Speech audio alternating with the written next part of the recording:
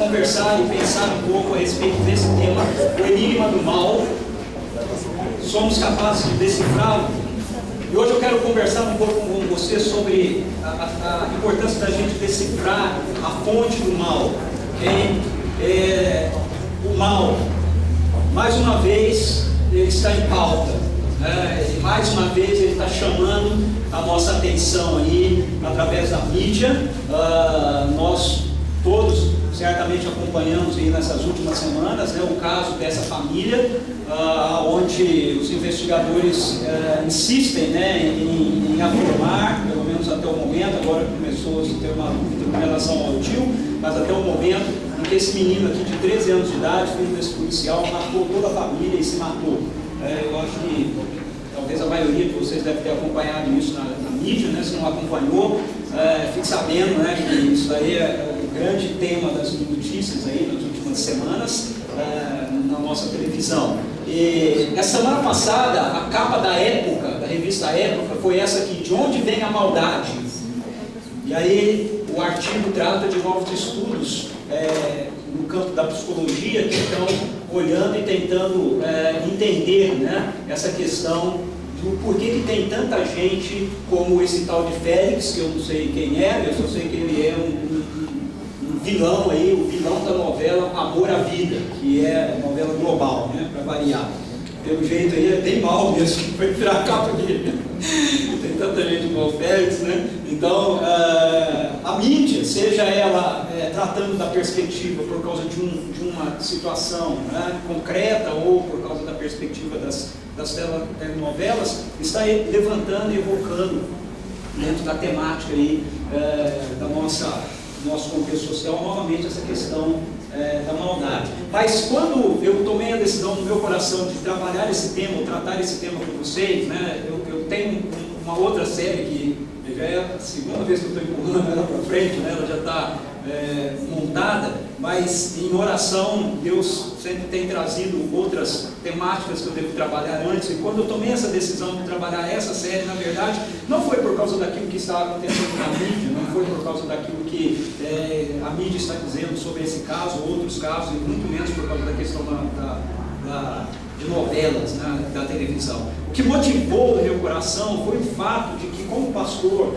ao longo desse primeiro semestre aqui na nossa comunidade, na nossa igreja, e também de forma um pouco mais ampla, em contato, né, com o Ministério da Mocidade para Cristo e outras ações assim, eu me deparei com tantas pessoas enfrentando situações na sua vida, né, no seu dia a dia, que passam diretamente por essa questão da maldade, né?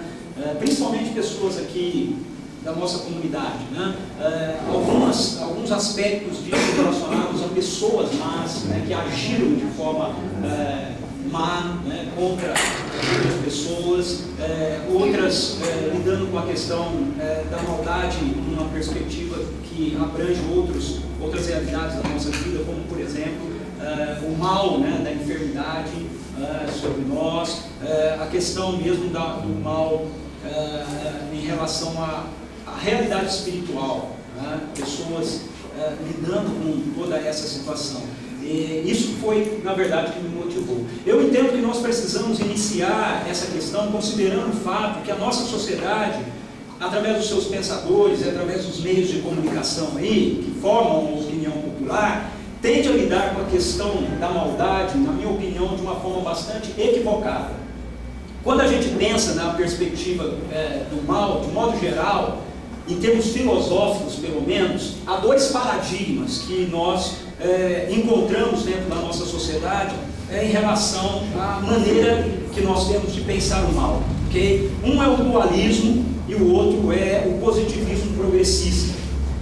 O dualismo, a abordagem dualista, né, que está aqui, ó, são duas abordagens extremas, né, uma está oposta à outra. Então, o dualismo, ele tem a tendência de lidar com a questão do mal, entendendo que não há nada que se possa fazer em relação a ele, a não ser tentar se defender do mal, mas entendendo que o mundo é mal mesmo e que ele não vai melhorar. Essa postura, essa visão, ela gera uma tendência negativa da parte da gente, da parte da sociedade, da parte das pessoas, para com o mundo e para com a história. As pessoas entendem que quem segue, né, essa perspectiva filosófica, entende que não há muito que se possa fazer, a não ser se proteger o máximo que puder aí, né, da maldade e ficar aguardando a chegada do apocalipse.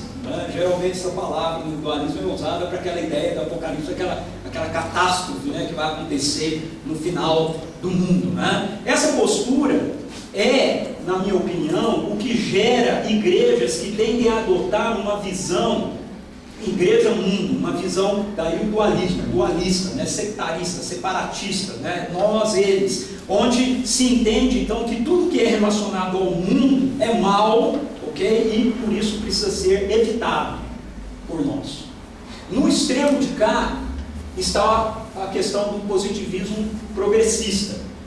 Hoje já não usamos muito mais em termos filosóficos assim a palavra positivismo, né? Mas o positivismo é aquilo que gerou, né, toda a postura com relação ao desenvolvimento, por exemplo, da nossa nação, da nossa pátria, né? Temas positivistas são esses como, por exemplo, da nossa bandeira, ordem e progresso, né? Então essa ideia sempre de que as coisas vão melhorar, né? O mundo vai melhorar. Então o progressista, ele tem uma visão diferente do dualista. Para eles as coisas estão melhorando e as coisas vão melhorar, mas para que essa melhora aconteça, existe um custo a ser pago, que é chamado de evolução social. Ou seja, o mundo ele está num processo evolutivo. Essa postura, ela tende a nos levar a classificar a vida e consequentemente, a questão do mal também, como categorias departamentalizadas, fazendo com que também a gente acabe, de uma forma muito simplista, dividindo a questão do mal entre nós e eles, como o dualismo faz. Só que nessa perspectiva a ideia é que nós sempre enxergamos o mal como algo que é externo a nós, né, que está do outro lado, que faz parte do outro grupo, e não do nosso grupo. Né? O nosso grupo é bom, aquele grupo é ruim. E é essa postura que gera, por exemplo, na sociedade, que gera, por exemplo, as guerras, o genocídio étnico, essa ideia do mocinho e bandido. De que o Ocidente é bom, o Oriente é mau, né? De que existe um grupo de pessoas que essas pessoas são bem, e existe um outro grupo de pessoas que esse outro grupo é mal. Ou seja, nós lidamos com essa questão do mal apontando para os outros e não considerando a sua influência em nós. A grande questão com relação a esses dois extremos, para nós, é que no meio dos dois está justamente a questão de Deus. Para a perspectiva da fé, ou para a perspectiva da religião, eu diria até mesmo para a perspectiva dos céticos, ok? Quando a gente pensa nessa perspectiva do mal, geralmente o nome de Deus, ou a ideia de Deus, ou a pessoa de Deus é evocada e é questionada. Por parte dos céticos, por exemplo, essa situação toda do mal é levantada para questionar a existência de Deus. Diz assim, se Deus existe, então por que é que ele deixa tal coisa assim acontecer? Se ele existe, por que ele vai deixar? Se Deus é amor, se Deus é bom, por que ele deixa essas coisas ruins acontecer? Se Deus é poderoso, por que ele não acaba simplesmente com toda a maldade do mundo? Então os céticos, geralmente, eles usam toda essa situação da maldade para um questionamento em relação à existência de Deus. Por outro lado, os crédulos, né, os crentes, aqueles que têm um tipo de fé, às vezes se sentem confusos com relação a isso. Não questionam a perspectiva da existência de Deus, mas se sentem confusos quanto a isso. De fato, se Deus existe, se Ele é poderoso, se Ele é amoroso, por que Deus deixa que algumas coisas aconteçam? Por que Deus simplesmente não entra em ação, não intervém, não muda as realidades, não impede que algumas das situações de maldade aconteçam no mundo? Essas são questões, então, pertinentes, que nós não podemos simplesmente ignorar. Essas questões, elas exigem de nós uma resposta, elas exigem de nós uma resposta consistente, uma reflexão consistente, no que diz respeito àquilo que as escrituras bíblicas têm a nos dizer, aquilo que a palavra de Deus tem a nos apresentar. Então, a nossa proposta aqui vai ser refletirmos com as Escrituras para a gente entender o que é que Deus nos revelou quanto a essa questão da maldade, quanto a essa questão do mal e como Ele age e como Ele lida com isso. Okay? Então, antes de nós continuarmos, eu gostaria de dizer que talvez o que nós vamos encontrar na Bíblia não corresponda, okay, com algumas das expectativas do nosso coração. Talvez a gente vá abrir as Escrituras e a gente vá perceber que ela não responde a algumas das nossas curiosidades. Okay? E da minha parte, eu quero dizer para você que está tudo bem. Porque o nosso interesse deve ser não levar as Escrituras a falar aquilo que a gente quer que ela diga, mas a gente se submeter àquilo que ela nos revela, aquilo que Deus nos revela através dela. Okay? Então, tendo pontuado essa questão, o meu objetivo nesse momento vai ser olhar para as Escrituras para ver, à luz da teologia bíblica, à luz daquilo que a Bíblia tem a nos apresentar, o que nós podemos encontrar para tentar decifrar a fonte do mal. Okay? Hoje a gente vai tentar pensar nessa perspectiva, tá? Olhar para as Escrituras e tentar responder a essa questão. Como nós podemos decifrar a fonte do mal? E nessa perspectiva, a gente deve começar observando que o mal, ele é um enigma num jardim. Okay? Logo no início da Bíblia, é o mal.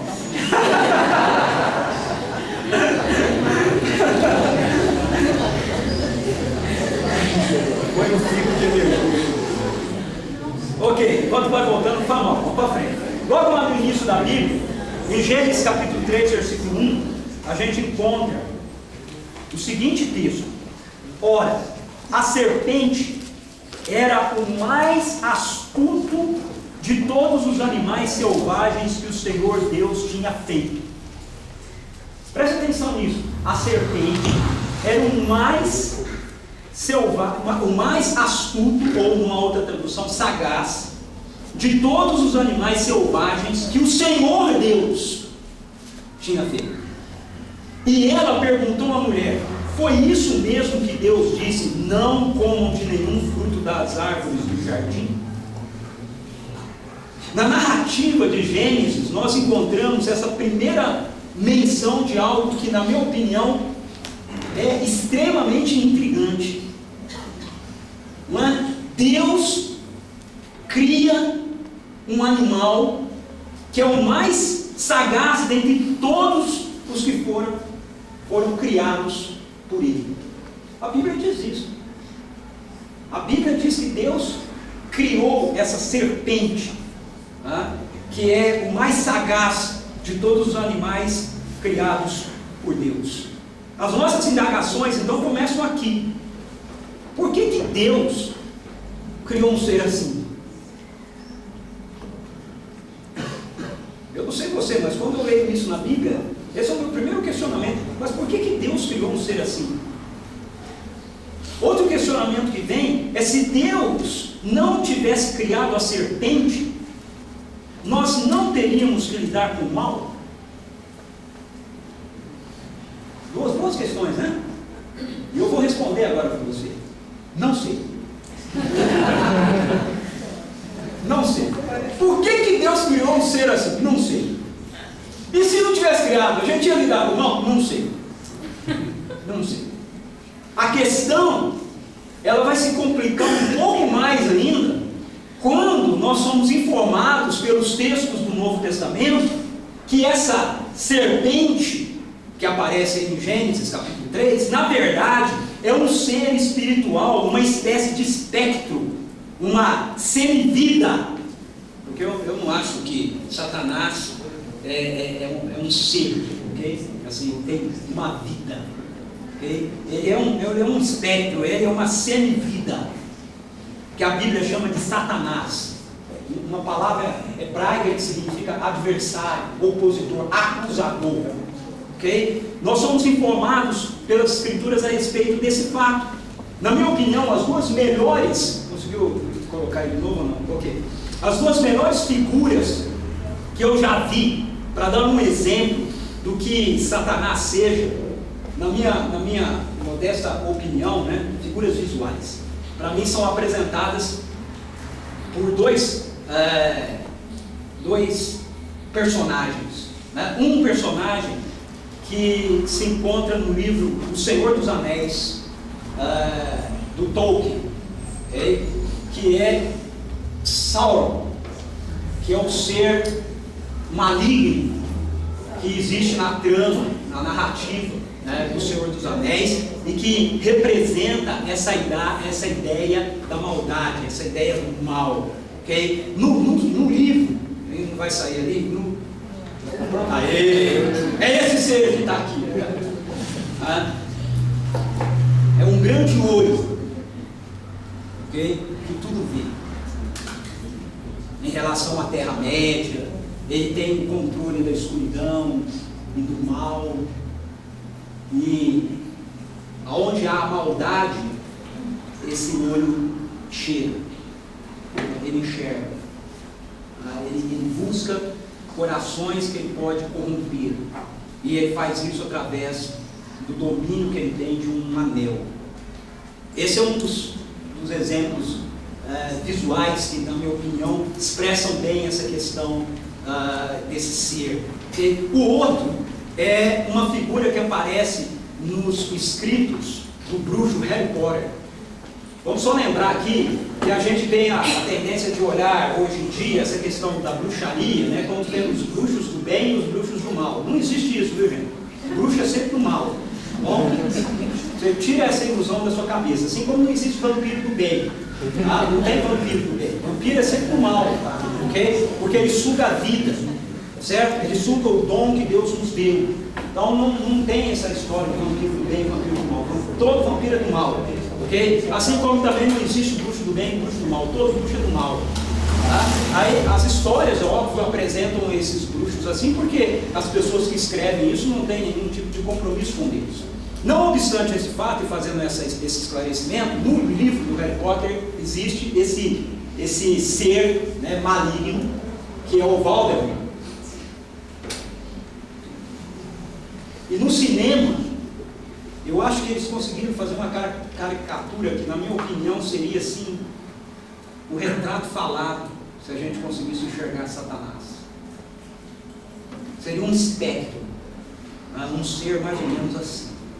Então, quando a Bíblia fala da serpente, de acordo com o Novo Testamento, em Gênesis 3, ela não está falando meramente de um animal, ela está falando a respeito desse ser. Apocalipse 22 o define para a gente, diz assim, falando a respeito da derrota de Satanás, diz assim, ele prendeu, está falando do anjo, né, ele prendeu o dragão, a antiga serpente, que é o diabo, Satanás, e o acorrentou por 1000 anos.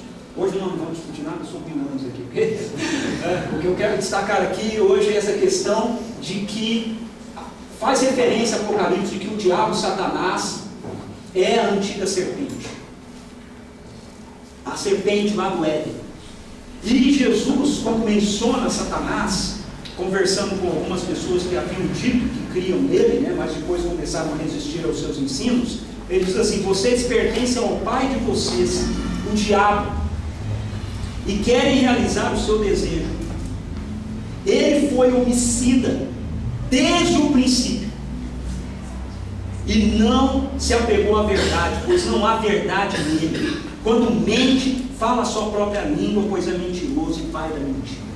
Então Satanás, Jesus está fazendo referência ao diabo, a Satanás, relacionado a essa imagem lá do Éden, quando ele engana e mente, né, o ser humano e o leva, né, a essa decisão de romper o seu relacionamento com Deus. Assim, nós estamos diante do nosso primeiro dilema aqui.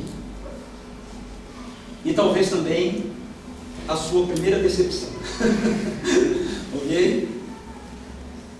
Deus simplesmente não nos revela nas Escrituras o porquê de Satanás. Eu sei que tem um monte de gente escrevendo livro aí, explicando, mas não tem base. Tem gente que escreve a partir da sua experiência passada na bruxaria. Tem gente que escreve a partir da sua experiência passada na Umbanda, no Candomblé. Mas o que importa para a gente não é o que a experiência passada dessas pessoas tem a nos dizer, mas é o que as Escrituras têm a nos dizer. As Escrituras, elas não nos dizem nada a respeito dessa questão de quem Satanás, não de quem Satanás é, mas do porquê Satanás está no Éden. O porquê que nós encontramos a serpente no jardim do Éden. O que a Escritura Bíblica nos mostra é que o mal é um fato. Okay? Então é isso que a gente tem que pegar aqui nessa primeira perspectiva. O enigma do jardim, o enigma da serpente no jardim, nos mostra, nos ensina que o mal é um fato. Essa é a revelação que as Escrituras nos dão concretamente a respeito do mal. A respeito de Satanás, a respeito do diabo. O mal é um fato. E que ele está presente no nosso mundo, pelo menos potencialmente, desde o início. Desde o Éden, através dessa figura da serpente. Ok? E uma terceira questão é que a Bíblia nos mostra que Deus dá uma resposta. Então, as Escrituras não têm como prioridade querer nos explicar a fonte do mal, da onde vem o mal, por que o mal vem. A revelação bíblica mostra para a gente, o mal é um fato, ele está presente desde do jardim, e Deus tem uma resposta para ele. Essa é a questão das Escrituras. Portanto, essa também tem que ser a nossa questão. E aqui nós vamos então pensar um pouco mais nesse terceiro aspecto. Deus tem uma resposta para o enigma do jardim. Deus tem uma...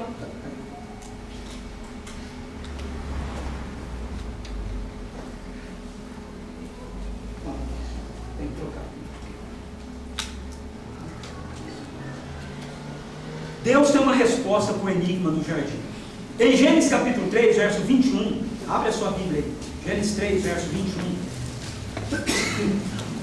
Tem um versículo que eu já citei ele algumas vezes aqui em ensinos nossos, que ele parece meio perdido, tá? Mas ele é um versículo muito importante para tudo aquilo que está acontecendo aqui em Gênesis 3. Gênesis 3, 21 diz assim: o Senhor Deus fez roupas de pele e com elas vestiu Adão e sua mulher. O Senhor Deus fez roupas de pele e com elas vestiu Adão e sua mulher. Então, a questão que nós precisamos entender aqui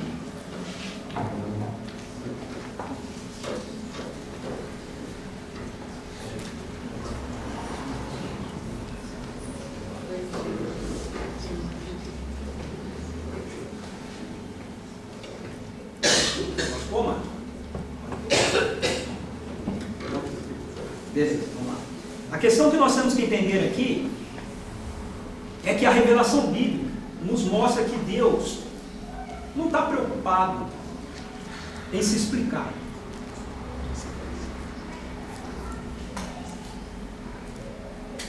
Alô, som.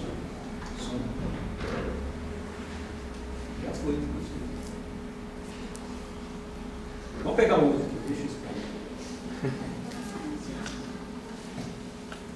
Deus não está preocupado em se explicar. Ele não tem a preocupação de nos dar uma explicação quanto a essa origem do mal. Mas Ele quer mostrar para a gente que Ele pode lidar com isso. Ok? Deus tem condições de lidar com a questão do mal. E quando a gente lê a Bíblia, fica claro que Deus, Ele criou um mundo bom, Ele criou um mundo perfeito, e que esse mundo bom e perfeito foi afetado por essa realidade aí do mal. O ser humano, ele foi criado para ser o representante de Deus dentro dessa criação boa e perfeita. Deus iria reger iria desenvolver essa criação boa e perfeita através de nós, seres humanos. Mas para isso ser feito, nós precisamos permanecer ligados a Ele. Então, quando nós tomamos a decisão, os nossos pais, em Adão e Eva, de desobedecermos a Deus, de rompermos com Ele, toda a realidade da maldade que potencialmente existia se tornou concreta. E isso acontece através dessa astúcia da serpente. Então, através daquilo que acontece em Gênesis 3 no jardim, as portas da maldade sobre toda a criação de Deus foram abertas. A partir daí, é que esse verso 21 do capítulo 3 se torna tão importante. A partir dessa decisão do ser humano de desobedecer a Deus, Gênesis 3 mostra para a gente algo que vai percorrer toda a narrativa bíblica, de Gênesis até Apocalipse, que é mostrar como é que Deus responde ao mal que acometeu a sua criação perfeita, boa, e como Deus o derrotou. Então, em Gênesis 3 a gente encontra esse padrão que vai se repetir por toda a revelação bíblica. Por toda a revelação bíblica você vai encontrar essas três realidades: rebelião, juízo e redenção. Essas três realidades, elas vão ao longo de todas as escrituras serem apresentadas continuamente para a gente como um padrão que está presente dentro dessa criação boa, perfeita que Deus criou e que foi afetada.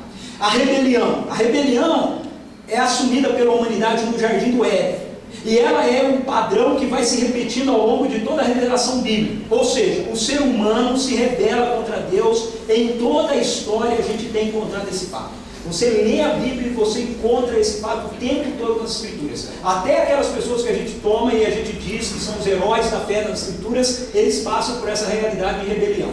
Abraão é o pai da fé. No entanto, ele não tem fé para crer que Deus pode protegê-lo no Egito, se ele falar a verdade que Sara é sua esposa, e ele mente então dizendo que Sara é sua irmã. Então você sempre vai encontrar esse padrão presente na vida dos patriarcas e de todo mundo. O juízo. Como consequência dessa rebelião, vem então o juízo de Deus. Este é um ponto que a nossa sociedade, que vive essa esquizofrenia, ela não consegue assimilar, ela não consegue admitir. O problema com a questão do mal na nossa sociedade é que nós achamos que nós podemos fazer o que bem entendermos com nossa vida e que nós não deveríamos arcar com as consequências daquilo que a gente está fazendo. Esse que é o grande problema com o mal. A gente quer viver a vida do jeito que a gente bem entende e a gente não quer ter consequências com isso. A gente quer falar o tempo todo, por exemplo, a gente admite que a televisão traga enxurrada e mais enxurrada de violência, e depois a gente fica alarmado com um menino, se é que foi ele mesmo, que pegou lá a arma do pai e matou a família inteira. Só que o tempo todo nós estamos expostos à televisão, mostrando pra gente como heróis gente violenta, gente que está fazendo isso. A gente fala sobre leis de trânsito, uma direção defensiva, a gente tem um trânsito um trânsito melhor e tudo mais, mas só que a gente vive expostos o tempo todo a filmes de televisão que mostram que o bacana, o legal é correr. Não é? O legal é correr. É dito que você tem que obedecer às leis de trânsito, andar dentro da velocidade, mas os comerciais de televisão sobre venda de carro incentivam a corrida. O último que eu vi aí, acho que da Renault, não lembro qual das marcas, é um carro, um sedã que vem vindo e um carro de corrida que vem vindo do outro lado. Aí os dois trombam assim, se fundem num novo sedã. O que está te dizendo? Aí depois, sociedade esquizofrênica, depois a gente fala, não, as pessoas correm muito, não pode fazer isso, gente. Mas o tempo todo você é incentivado a isso. E as pessoas querem fazer, mas não querem arcar com as consequências. Aí quando acontece alguma coisa que é fruto das nossas decisões, queremos culpar Deus. Queremos dizer, nossa, mas como Deus permitiu que isso acontecesse? Como Deus deixou que isso acontecesse? Mas peraí, e a nossa rebelião? E as nossas decisões? E as nossas opções? Quer dizer, então, que o que nós queremos é fazer o que nós bem entendemos e achar que Deus existe para nos tirar, desculpa a expressão, mas para nos tirar das filhas, para ser o nosso quebra-galho. Essa é a perspectiva, mas o que a Bíblia mostra para a gente é que se há rebelião, há uma consequência natural da rebelião. Não é Deus que está se vingando de você, não é Deus que está se vingando de mim ou se vingando da humanidade, é uma consequência natural. Se nós nos rebelamos, há juízo. Se nós nos rebelamos, há uma consequência em relação a isso. E aí então nós chegamos na redenção. Essa é a parte de Deus. O juízo de Deus é uma consequência moral. Tem que ser assim. Se você se rebelou, a lógica é que haja uma consequência com relação a isso. O grande ato extraordinário de Deus é a redenção. É a graça. A redenção tem a ver com a resposta de Deus para o caos que a nossa rebelião impõe sobre a nossa vida e sobre o nosso mundo. A redenção é uma ação que parte de Deus, que é motivada pelo amor gracioso de Deus, e que visa justamente quebrar esse ciclo aqui, da maldade. Quebrar essa realidade, até que a mesma venha a ser derrotada definitivamente. Então a gente encontra esse padrão presente no Jardim do Éden, e nós encontramos o mesmo ao longo de toda a revelação bíblica. Eu vou mostrar apenas alguns textos de exemplo aqui para nós, ok? Começando lá de Gênesis 3, para você ver como ele está lá. Veja, em Gênesis 3, o que nós temos? Nós temos a rebelião. Adão e Eva comem do fruto do conhecimento do bem e do mal. Deus disse para a humanidade: não coma do fruto. Quando comer, vai morrer. Eles se rebelaram. Eles comeram do fruto. Ok? E não fica se achando melhor do que Adão e Eva, não, tá? Porque se você tivesse lá, tinha comido. Ok? Podia ser o Ricardo e Suzy. Podia ser Albert e Elliot. Podia ser Zé Carlos e Sônia. Podia ser o nome que fosse. Se tivesse lá, tinha comido. Até a Alfreda Leila tinha comido. Tinha comido, tinha desobedecido, tinha se rebelado. Porque em Adão e Eva está potencialmente a humanidade. A rebelião de Adão e Eva é a rebelião da humanidade. Ok? Aí nós temos uma consequência, juízo. Qual que é o juízo? É a desarmonia da criação. Deus havia avisado: não come, porque se comer vai morrer. E aí come e não quer morrer. Mas peraí, ele avisou. Aí a morte acontece em todos os segmentos. Acontece nas relações interpessoais. Adão e Eva já não podem mais estar totalmente nus um diante do outro, transparentes, completos. Acontece com Deus. Deus chega no jardim, eles se escondem. Acontece com a criação, a terra já não colabora mais com a gente. A mulher vai ter filhos agora com dores e etc. E aí nós vamos ter a redenção, que é justamente o verso que eu disse que fica perdido lá e que nem sempre a gente presta atenção nele. Deus faz roupas de peles para Adão e Eva.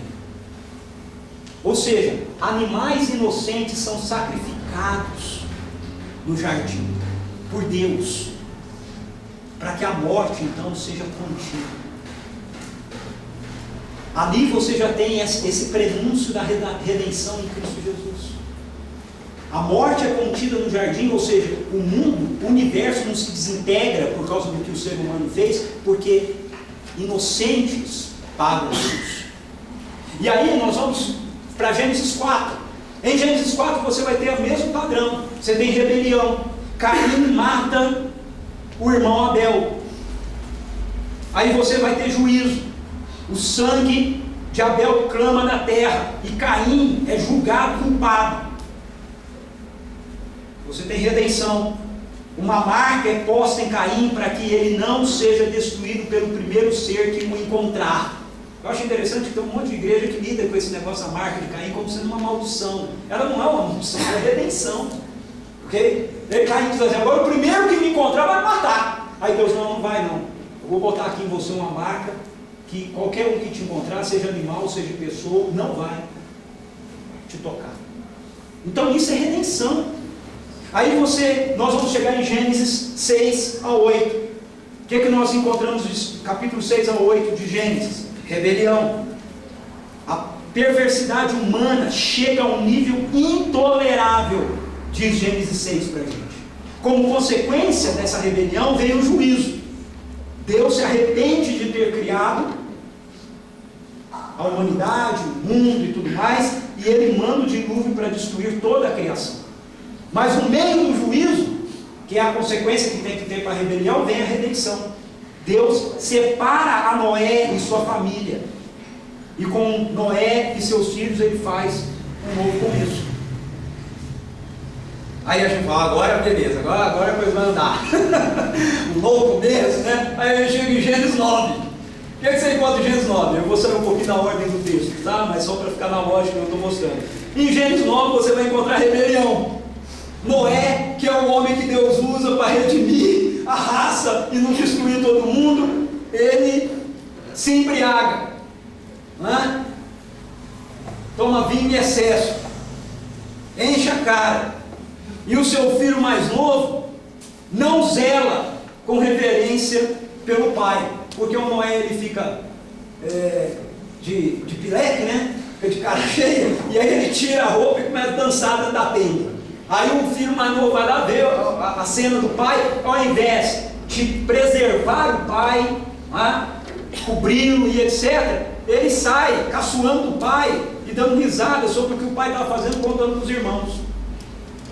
E aí você tem juízo. Noé fica irado com isso, e ele amaldiçoa a geração de Cã. Quero lembrar para você o seguinte: não é Deus que amaldiçoa Cã, tá? É Noé que amaldiçoa. Okay? Noé fica indignado e Noé lança uma maldição sobre Cã. Mas ela vem seguida de redenção no texto. Eu disse que eu saí um pouquinho da ordem, né? Por quê? Porque Deus, no meio dessa confusão toda aí, Deus abençoa Noé, abençoa os seus filhos, Ele refaz o mandato cultural, Ele firma o primeiro pacto com a humanidade. Ele faz isso com esse povo bagunçado, né, que está aqui. Aí a gente chega em Gênesis 10 a 12, meu último exemplo aqui do Antigo Testamento para a gente. O que você encontra em Gênesis 10 a 12? De novo, rebelião. Nimrod, e a palavra Nimrod significa em hebraico rebelião. Interessante, né? Ele lidera o povo na construção de Babel, opondo-se à ordem de Deus para que enchessem a terra. Que a gente pode dizer, mas quem não tem construir uma cidade, uma torre, né? A questão é que Deus tinha dado uma ordem lá para Noé e para os seus filhos: cresçam, multipliquem-se, encham toda a terra. E Nimrod lidera o povo para dizer: vamos construir essa cidade, vamos construir uma torre, vamos ficar aqui, não vamos ser dispersos por toda a terra, e vamos fazer grande o nosso nome. Rebelião. E aí vem juízo. O juízo é a confusão das línguas que acontecem lá em Babel. Mas o juízo, novamente, vem seguido de redenção. Por quê? Porque desse povo de língua confusa, Deus chama Abraão, e através de seu descendente, Jesus Cristo, Ele vai abençoar todas as nações da terra. Então veja, esse é o padrão. Esse padrão vai ser repetido ao longo de todo o Antigo Testamento. Eu mostrei alguns textos em Gênesis aqui, só para você perceber. Se você continuar lendo a Bíblia, você vai encontrar isso o tempo todo. Vai passar por Moisés e o sistema sacerdotal. Ok? Deus cria um sistema do povo agora poder chegar nele, adorá-lo. Quem ele levanta para ser o sacerdote, constrói um bezerro de ouro e manda o povo adorar o bezerro. Arão. Isso passa pelos juízes. Deus levanta libertadores para poder libertar o povo quando o povo entra na terra prometida. Mas cada um desses juízes se rebela contra Deus, ou então quando o juiz morre, o povo se rebela novamente contra Deus. Isso alcança a monarquia em Saul, em Davi, em Salomão. E isso vai culminar na rebelião da nação de Israel contra Deus, sendo levada para o cativeiro da Babilônia. O padrão é sempre o mesmo. A rebelião contra Deus, que traz uma consequência que experimenta em seguida a redenção por parte de Deus. E isso vai assim até chegar em Jesus Cristo, que é a plena redenção de Então esse sistema, ele continua, esse padrão continua acontecendo nas Escrituras até a entrada de Jesus. Quando Jesus chega, ele quebra isso, porque a redenção de Deus em Cristo Jesus não nos dá mais espaço para que a gente tenha uma nova rebelião que nos leve ao juízo de Deus. Em Cristo Jesus, quando nós somos perdoados definitivamente. E apesar de muitas vezes nós ainda desobedecermos a Deus, ainda falharmos com Ele, isso não nos coloca mais num estado de juízo diante de Deus. Então, o mal, a maldade, ela é derrotada em Cristo Jesus. A resposta de Deus para o enigma do jardim é uma cruz. Eu quero concluir isso olhando com você bem rapidamente um texto que está lá em Romanos. Por favor, vá com a sua Bíblia em Romanos capítulo 3. Quando você vai com a sua Bíblia em Romanos capítulo 3, seja pelo seu celular ou pelo livro, né? Eu quero incentivar você que não está com a sua Bíblia, ok? A vir com a sua Bíblia, tá bom? Para a gente poder ir familiarizando, né, com ela, tá bom? Veja só, Romanos capítulo 3, eu quero fazer a leitura a partir do versículo 9 até o verso 26.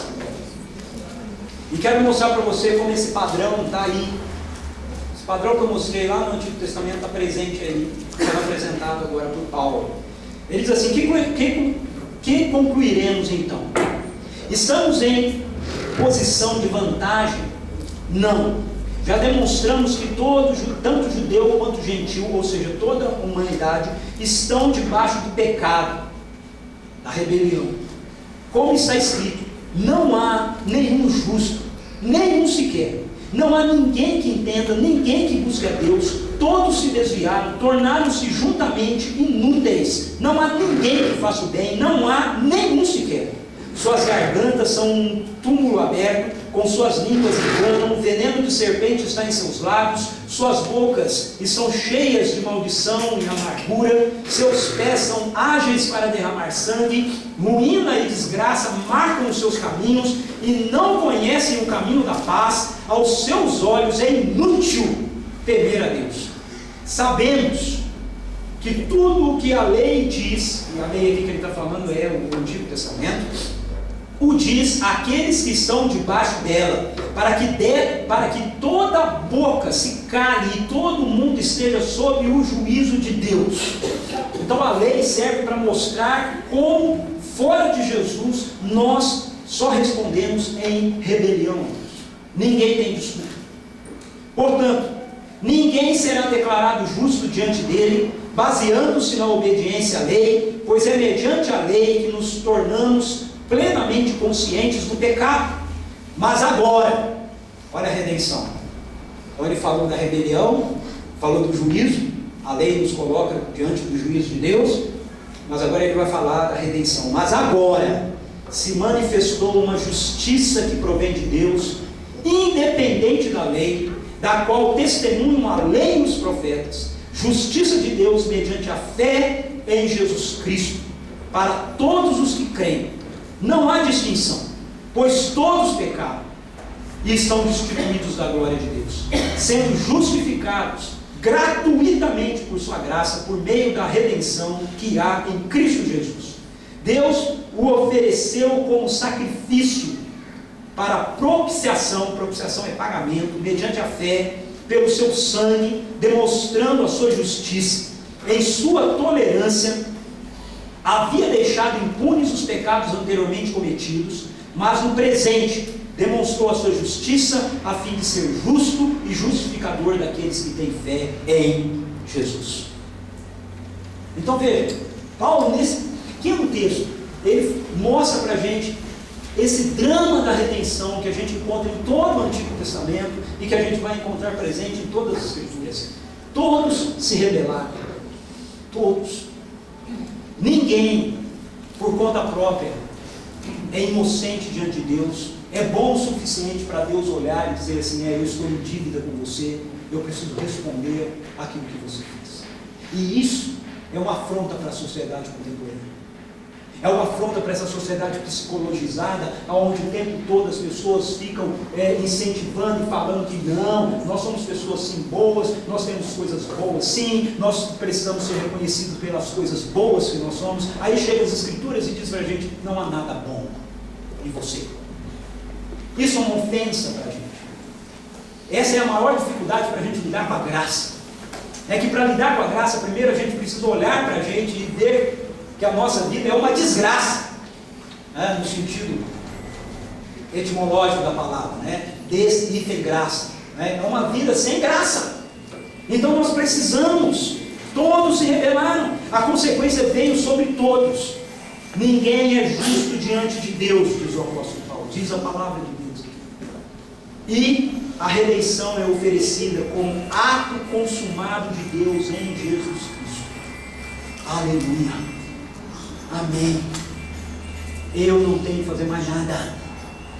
Eu tenho que acolher, aceitar que se manifestou uma justiça que provém de Deus, independente da lei. Isso é libertador. Isso faz com que a gente ouça o Espírito Santo dizendo, tudo que você tem que me oferecer é o seu vazio, nada que você tem. Eu estou feliz em receber isso.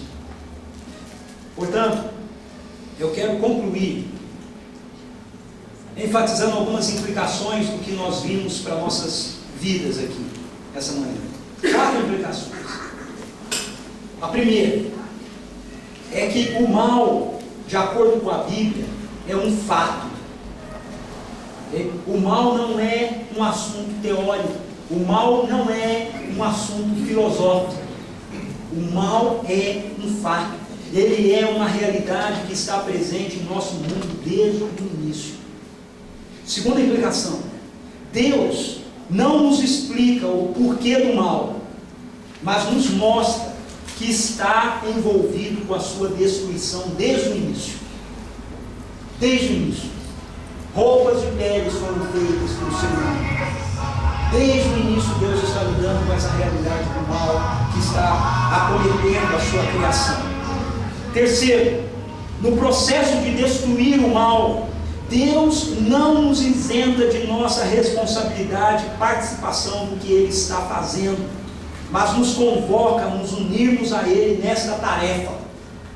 Ele convocou Caim e Caim rejeitou. Cumpra você dominar a ira do seu coração. Ele convocou Noé, convocou Abraão, e ele vem convocando homens e mulheres ao longo da história, dizendo, olha, aquilo que eu estou fazendo para destruir o mal passa pela humanidade, passa por vocês. E quarta implicação, em Jesus Cristo, homem, o Deus homem, como nosso representante, naquilo que aconteceu com ele na cruz, Deus destruiu o mal definitivamente. E Ele está agora então nos conduzindo para um mundo onde a maldade já não mais terá lugar. Isso é redenção. Isso é o que a gente chama de salvação. Não é só que a nossa alma vai para o céu, é que Deus está livrando a sua criação de todo o poder da maldade, para que cheguemos um dia aonde um novo céu e uma nova terra vão acontecer, aonde não habitará mais a maldade. Na próxima semana nós vamos decifrar como é que o mal afeta a criação. Okay? Nós vamos aprofundar um pouquinho mais nisso. Como o mal afeta a nossa criação. Se ele é um fato, né? Como é que ele afeta o mundo criado de Deus? E como é que Deus responde a essa situação? Através de Jesus Cristo.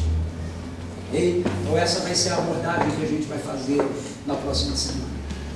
Hoje, a gente precisa sair daqui com essa convicção. A maldade é um fato. O mal é uma realidade. Mas Deus tem uma resposta para ele. E a resposta que Deus tem para ele passa pela humanidade.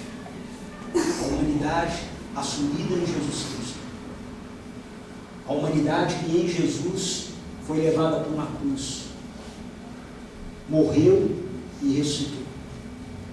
E que através dele, através de nós confiarmos naquilo que Deus fez por intermédio de Jesus, nós temos a resposta definitiva para a destruição de toda a maldade. Eu quero orar para você. Quero convidar você a colocar o seu coração e sua mente diante de Deus nesse momento. Quais são os fatos da maldade com o qual você tem lidado? Semana que vem eu vou falar um pouquinho mais sobre esses fatos da maldade, né? Mas adiantando, né? Tem sido pessoas, você tem lidado com pessoas más, pessoas que querem o seu mal, pessoas que tramam a sua destruição, para te prejudicar. Você tem lidado com o mal físico, com a enfermidade, que degenera o nosso corpo, que tira de nós o vigor da existência. Você tem lidado com o mal espiritual, a opressão, a angústia, a ansiedade, a depressão.